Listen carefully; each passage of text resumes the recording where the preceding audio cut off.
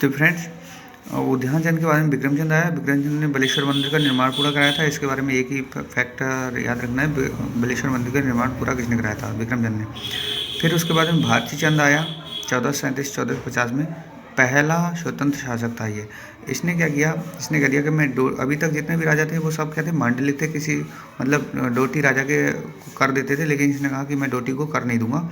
और इसने समस्त जातियों की सेना बनाई, देखो एकता में शक्ति तो होती है। सभी जातियों से कहा इसने कि भाई हम अपने देश अपने राज्य से किसी को टैक्स नहीं देंगे और सभी को सेना में भर्ती होना है, सभी इसकी लड़ाई लड़ेंगे और डोटी को ऊपर आक्रमण करेंगे। इसने सभी समस्त जातियों की सेना बनाई और डोटी से 12 वर्षीय युद्ध किया और जीता भी। 12 वर्षीय युद्ध मतलब 12 साल तक ये वहीं पड़ा रहा, डोटी के को घेर के और लड़ता रहा। हारते थे, फिर लड़ाई शुरू कर दी, फिर हारे, फिर लड़ाई शुरू हो गई, कोई जीता कोई हारा। और जब तक डोटी हार नहीं गया पूरी तरह से तब तक इसने छोड़ा नहीं और ये जीता भी। और फिर इसने जीतने के बाद में ये पहला स्वतंत्र राजा बना, भारती चंद। ये मोस्ट इम्पोर्टेंट है, भारती चंद कुमाऊँ का पहला चंद्रवंशी स्वतंत्र राज शासक था भारती चंद। और जिसके सैनिक जो डोटी में रहे थे उनके उन स्त्रियों से, वहाँ की स्त्रियों से जो संबंध हुए थे, उनसे जो संतानें उत्पन्न हुई, तब उन संतानों को बोला गया नायक। तो यहाँ से एक नायक जाति की उत्पत्ति भी होती है। तो नायक जाति की उत्पत्ति भारती चंद के समय से होती है। तो उनसे जो पुत्र हुए वो नायक कहलाए और इसकी उम्र 1461 में हो गई थी। और जो स्त्रियां थी जिनके पुत्र नायक कहलाए उन्हें हम कटकाली कहते हैं। तो इस बात को भी ध्यान में रखना है फ्रेंड्स, ठीक है। Thank you. Welcome back friends. पिछली वीडियो में हमने देखा था कि सोमचंद ने चंद्रवंश की स्थापना की थी, नींव डाली थी और उसने दूना कोट का रावत राजा को हराया, अंडाकार चंपावत में कालीगंगा का किला बनवाया था और साथ ही साथ वो झूसी प्रयागराज से आया था।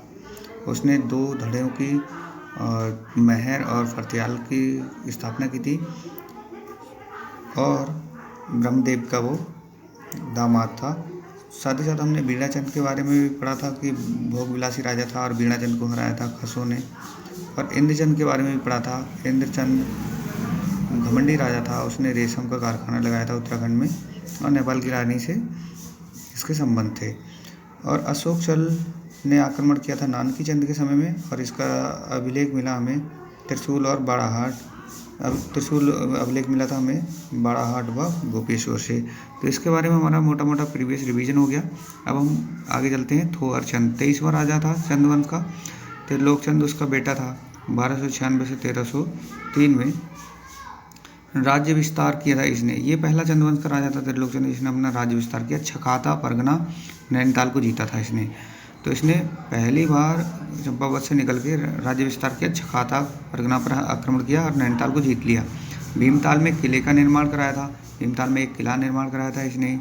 तो भीमताल में किसने किला का निर्माण कराया था? वो त्रिलोक चंद था। उसके बाद में अभयचंद 28वां राजा हुआ, मुख्य राजा 1344 से 74 तक। अपने अभिलेख उत्कीर्ण कराए। ये इसने जो था अपनी पूरी वंशावली का अभिलेख उत्कीर्ण कराया। इससे पहले जो 27 राजा हुए उन सभी के बारे में अभयचंद ने अभिलेख उत्कीर्ण कराया, इसलिए ये थोड़ा प्रमुख हो जाता है कि इसने अपने अभिलेख उत्कीर्ण कराए थे। तो ज्ञानचंद, उसके बाद में ज्ञानचंद प्रथम हुआ था, 19वां या गरुड़ राजा हुआ था। इसके बारे में एक कथा प्रचलित है कि एक तो इसके बारे में 2-3 पॉइंट हैं, मोस्ट इम्पोर्टेंट भी हैं। सर्वाधिक अवधि तक राज करने वाला चंद्रवंश का राजा था ये गरुड़ ज्ञानचंद था। दिल्ली जाने वाला पहला शासक था ये। मोहम्मद बिन तुगलक के समय में दिल्ली गया था ऐसा लिखा है, लेकिन जब इतिहासकार जब देखते हैं इसकी अवधि को देखते हैं तो कहते हैं मोहम्मद बिन तुगलक नहीं था उस समय, फिरोज शाह तुगलक था दिल्ली का सुल्तान। तो तुगलक के समय में ये फिरोज शाह तुगलक के समय में ये दिल्ली दरबार गया।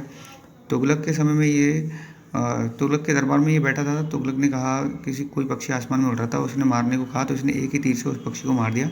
तो तुगलक ने इसको गरुड़ की उपाधि दे दी। जैसे गरुड़ किसी पक्षी को मार देता ना एक ही बार में, तो इसको भी तुगलक ने, फिरोज शाह तुगलक ने इसके लिए ज्ञानचंद को गरुड़ की उपाधि दे दी और ये इसका नाम गरुड़ ज्ञानचंद। बाकी सोमवंशी राजाओं का सबका, वो चंद्रवंश राजाओं का क्या था? राज चिन्ह गाय था, लेकिन इसका ज्ञानचंद का राज चिन्ह गरुड़ था। इसका सेनापति नीलू कठायत था इसने नीलू कठायत को कुमैया खिल्लत की उपाधि दी। नीलू कठायत का शत्रु श्री जस्सा कमलेगी था। नीलू कठायत जो था उसने तराई के क्षेत्र में होने वाले उपद्रवों को शांत कराया था और तराई में एक सही से शासन व्यवस्था शुरू करवाई थी। नीलू कठायत के बारे में एक कहानी प्रचलित है कि नीलू कठायत जो था एक बहुत ही योग्य वीर पुरुष था। तो उसको लिए गरुड़ ज्ञानचंद ने अपने दरबार में नियुक्त किया और कहा कि तुम दरबार में ही रहोगे आज से। लेकिन उसके दरबार में चलती थी जस्सा कमलेगी की। जस्सा कमलेगी को पता चला कि नीलू कठायत दरबार में रहेगा, तो उसने षड्यंत्र रचना शुरू कर दिया और उसने कहा कि इसको तराई में दोबारा से भेज दो, नहीं तो तराई में रोहिल्याओं का आक्रमण हो जाएगा और वो उतना क्षेत्र वो छीन लेंगे। तो राजा ने इसकी बात को माना जस्सा कमलेगी की और नीलू कठायत को भेज दिया। नीलू कठायत अभी जो तराई में शांति करके आया था, फिर उसको पता चल गया कि ये सब चाल तो उसकी है, क्या बोलते हैं, जस्सा कमलेगी की। तो उसने जो था वो गया दरबार में बिना वर्दी गई और जाकर राजा को बुरा भला कहा और कहा कि तुमने ऐसा किया, मेरे साथ वैसा किया है। तो राजा को थोड़ा बुरा लगा और उस फिर तो कह के ये चला आया। तो इसकी पत्नी को पता चला कि ये राजा को ऐसे ऐसे बोल के आया भरे दरबार में। तो उसने अपने दोनों बेटों को भेजा, कहा कि अपने पिता की तरफ से जाके क्षमा मांगो कि हमारे पिता ने गलत व्यवहार किया, उसके लिए हम क्षमा चाहते हैं। तो ये ऐसा कह के रानी ने अपने दोनों बेटों को भेजा अपने मामा के यहाँ पर। उसके मामा के यहाँ से होते हुए दोनों लड़के जा रहे थे गरुड़ ज्ञानचंद के दरबार में। लेकिन नीलू को इसको जस्सा कमलेगी को पता चल गया।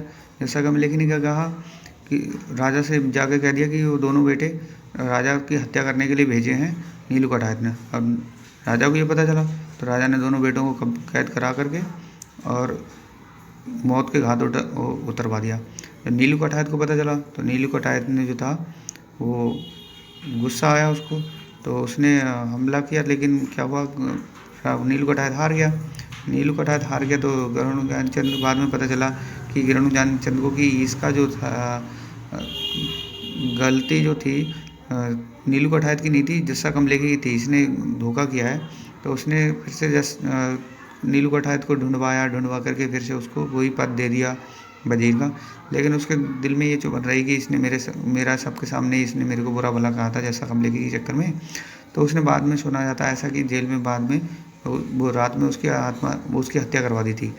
तो उसके बाद में जब हत्या करवाने के बाद में भी उसको बड़ा घृणा सी होने लगी अपने आप से कि मैंने गलत काम किया है, मेरा बहुत ही बहादुर सेनापति था नीलू कठायत और मैंने गलत किया, उसके साथ में हत्या करवा दी उसको पकड़वा के।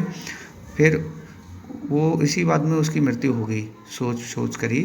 और उसका बाद में उसका बेटा राजा बना। उसका बेटा कोई ज़्यादा योग्य नहीं था, तो वो ध्यानचंद का जो उसका नाती था पोता वो राजा बना, 31वां राजा बना। गरुड़ ज्ञानचंद का पोता था ये। गरुड़ ज्ञानचंद 1 साल तक अब गरुड़ ज्ञानचंद की जो स्थिति थी उसको ये पोता देखता था कि हमारे दादाजी थे वो बहुत परेशान रहते थे क्योंकि उनसे गलती हो गई थी। तो इसीलिए उसने क्या किया, उनके पश्चाताप करने के लिए 1 साल तक कर माफ़ कर दिया। चंपावत में बलेश्वर मंदिर बनवाया। गुजरात के कुंज शर्मा तिवारी को वहाँ का देख रेख नियुक्त किया, संरक्षक नियुक्त किया। ब्राह्मण का उसके सहयोग से, गुजराती ब्राह्मण के सहयोग से बलेश्वर मंदिर का संरक्षण कार्य पूरा करवाया और आगे बढ़वाया। विक्रमचंद, उसके बाद में विक्रमचंद हुआ। विक्रमचंद 34वां राजा हुआ। बलेश्वर मंदिर का जो निर्माण पूरा नहीं कर पाया था उद्यानचंद, उसको उद्यानचंद इसका नाम है गरुड़ ज्ञानचंद के पोते का। लेकिन आगे एक उद्योतचंद भी आएगा, लेकिन अभी उद्यानचंद को हमें पढ़ना है। गरुड़ ज्ञानचंद का पोता जिसने 1 साल तक कर माफ़ किया था, चंपावत में बलेश्वर मंदिर का निर्माण करवाया, वो था उद्यानचंद।